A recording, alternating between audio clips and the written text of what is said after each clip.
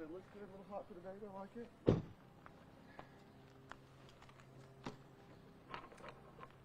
You want to move over there and have him like in the sun?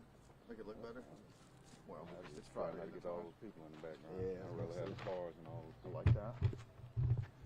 Yeah, perfect.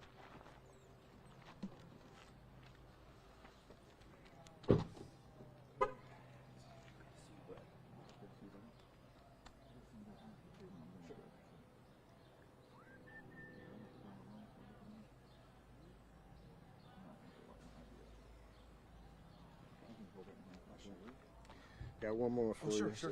Probably just $5. Yeah, exactly. This ain't free. I was gonna say you should charge rental fees, or that's the time we gotta make you up.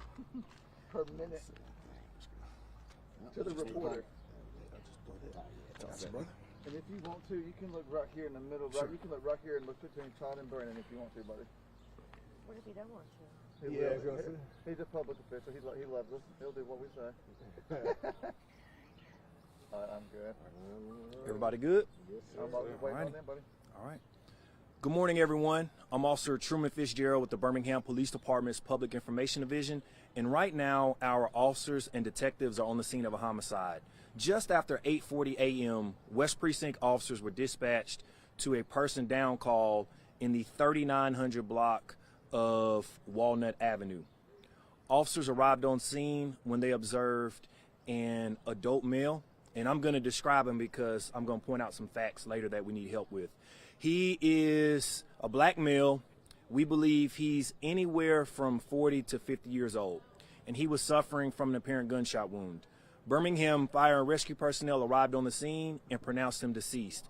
The preliminary investigation has revealed that a passerby saw this gentleman unresponsive on the side of the road. He called us. We came out. That's when we realized he was shot. There is a significant amount of rounds in the roadway around him. So we are investigating a lot of shots fired in this call. We have no one in custody. And here's what we need from the community. We don't have an identification on the victim yet, and that helps our detectives start the investigation process. We can describe him as a black male, anywhere from 40 to 50. He's wearing a black shirt, and I believe his jeans are black. So he was on foot, we believe. So anyone that's missing a loved one in and around whether the Griselli Heights or the Riley community, if you're missing a loved one, you haven't heard from someone, we'll go ahead and say in 24 hours, please give the Birmingham Police Department a call. Do you have an estimate of rounds fired? Unknown, however, I can point out, I saw the evidence technicians put out a significant number of markers. More than 10? So, more than 10, I would say. More than 20? That I don't know, but there are a lot of markers. This is such a tight, like, highly populated neighborhood. Did anybody hear that much gunfire, and if so, about what time? We're going to look into that, and you brought up a good fact. This is a tight-knit neighborhood, and oftentimes when this neighborhood they do hear gunshots, they call it in to 911. And what we often see, too, is when we have crimes that are committed within this neighborhood or the surrounding neighborhood, oftentimes everyone knew each other. So we're depending on the streets. If they hear anything, please give us a call, and we want them to know that Crime Stoppers offers up to $5,000 for tips. And that number one more time. It's 205-254-7777. Is there any kind of tattoos or jewelry you want us to know about? You can let them go by. Sure. Appreciate it. Good seeing you, Mark. Hey, Mark. Good. How are you?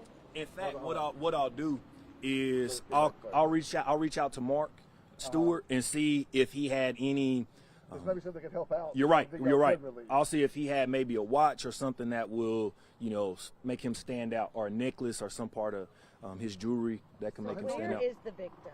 Is he in the roadway? But what's down there? So, if you were going down this road right here, 39th Street near Walnut, he would have been off the roadway. In a house or a yard? I mean, in a yard? Grassy field. Grassy He field. may have been homeless. Did he have shoes on? We won't point that fact out, but we can point out we do believe he was on foot. So I guess with this many shots fired, that Does it seem like he was targeted? Yes, yes, sir. And we could say just the isolation of this neighborhood, we can tell that he was targeted. The amount of rounds, how isolated this neighborhood is, the fact that this is a tight-knit community, we would most definitely say he was targeted. I mean, somebody had to hear something. Definitely, definitely. And no neighbors have reported hearing that yet? Our detectives are going to look into the call history. And however, I can point out this morning, this whole call was generated because a passerby found him. So you have no idea how long he's been there? No idea how long he's been here. But that's the beauty and the benefit of having the Jefferson County Medical Examiner's Office here. We'll know within a short amount of time all that information. Okay. All right. Thank y'all so much.